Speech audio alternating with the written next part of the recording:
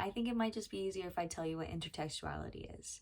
As defined by Volume 2 of Intertextuality, it can be understood as a text relations to another text and how it makes up a larger part of the mosaic that is cultural practices and expressions.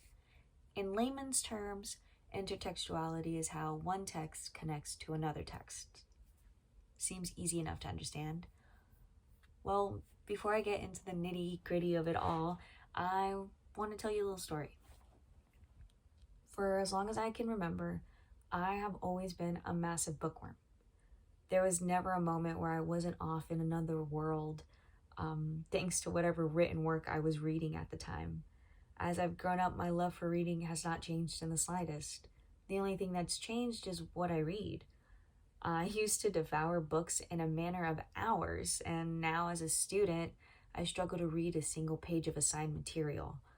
I often thought that it was either because the material was too advanced, I just wasn't getting it, or I wasn't meant to get it, or even if it just didn't interest me. That had to have been the reason why I was not understanding the material.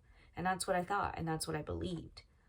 It wasn't until I was watching this show called iZombie, where it's all about zombies, basically. The undead live among us, and they're trying to figure out a cure for the undead. Regardless of that, in the show, a character refers to a zombie that has raged out as Romero. Upon hearing that, I didn't think anything of it, and it wasn't until later I was looking at my books in my room and I saw Night of the Living Dead and The Living Dead sitting on my bookshelf. And I realized that these were written by George Romero, who is also known as the godfather of the dead, and even as the father of the zombie film. George Romero is kind of the main reason why zombies are such a big deal within Western culture, or within Western media, that is.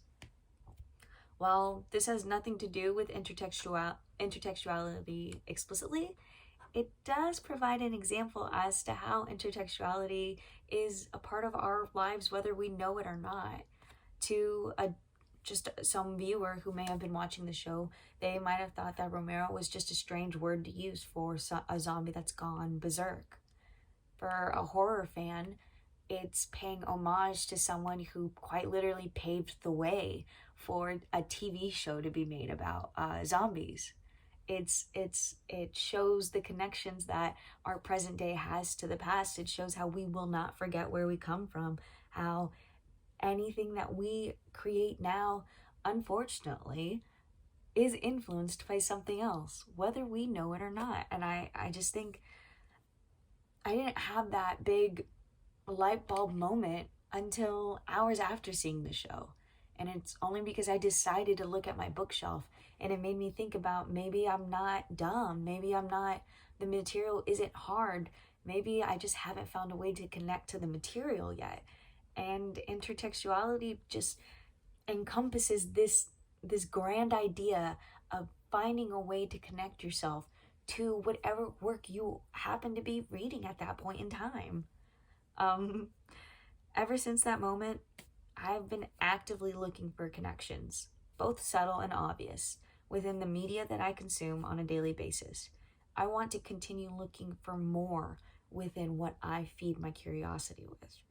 I would hate to read a book and think that's all it was meant to be. I would hate to watch a movie and not think maybe this means something more than just what I saw on screen for 2 hours. I do think it's important to understand what intertextuality is actually defined as. Intertextuality is defined as a text relations to other texts in the larger mosaic of cultural practices and their expression. This means that there is quite literally no limit to how many connections a text can have. Intertextuality, while it seems as if it belongs solely within the academic realm, it is instead something that plays an active role within every single day of our lives. It also encompasses much more than just written works.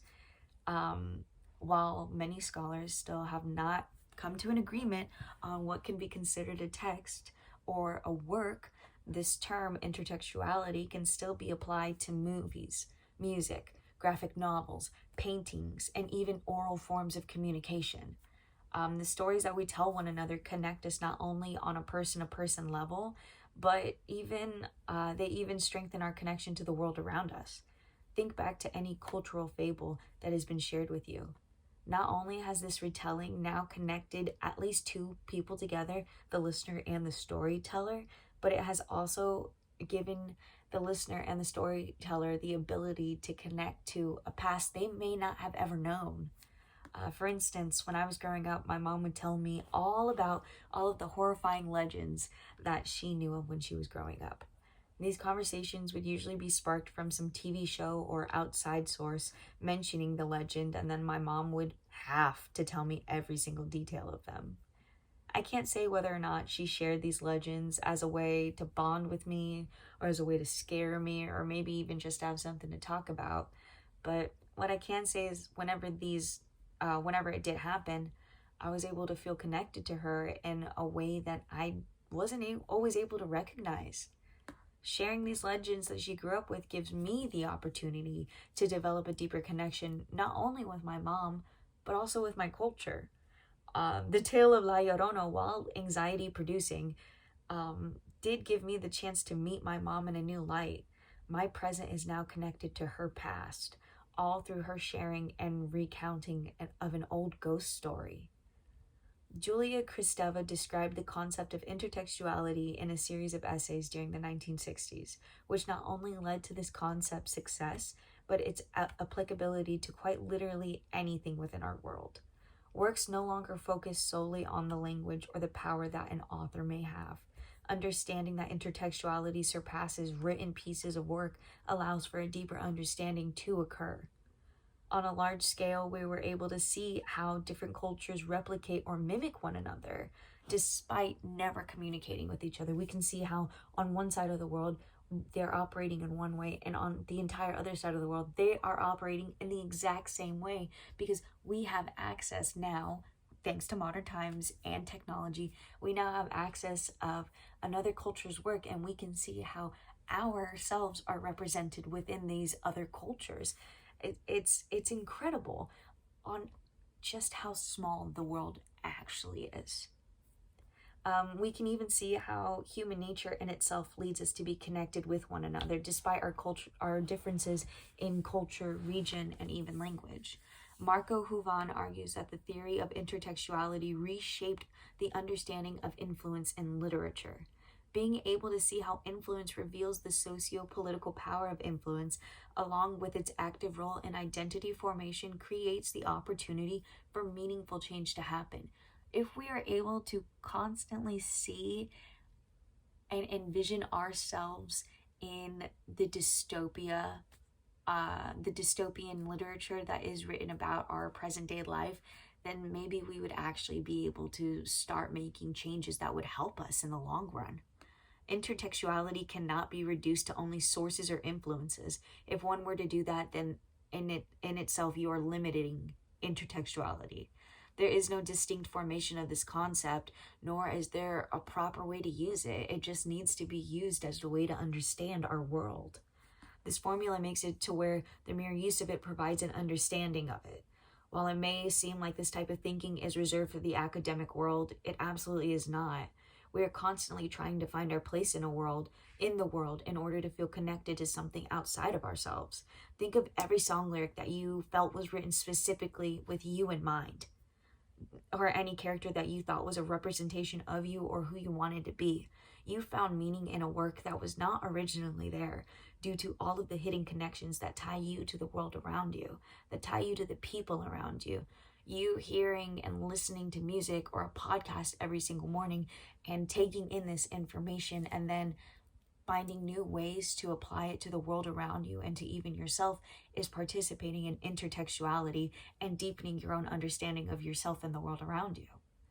Intertextuality is something that we all participate on a day-to-day basis, and yet no one is talking about. It's incredibly important. If we want to understand ourselves or our loved ones, what better way to do that than to find and understand the connections and meanings that they have to us within our lives. It isn't, oh, I love my mom because she's my mom. It's, I love my mom because this is a woman who would give me the shirt off her back or give me her last dying breath. I don't love my dog because he is a cute creature. I love him because of how he makes me feel. And he's a pure creature, quite frankly. Of course, who wouldn't love their dog? Regardless of that, there's so much more to our connections to the world around us than we give ourselves credit for. We are all much more than surface level beings. And I think it's time we start seeing not only the world like that, but ourselves like that. If you can find a deeper meaning in a fairy tale that you read about one time in the 3rd grade, then you can find a deeper meaning to you and how you relate to yourself in this world. Thank you for coming to my TED Talk, and I hope in some way you find meaning within this video.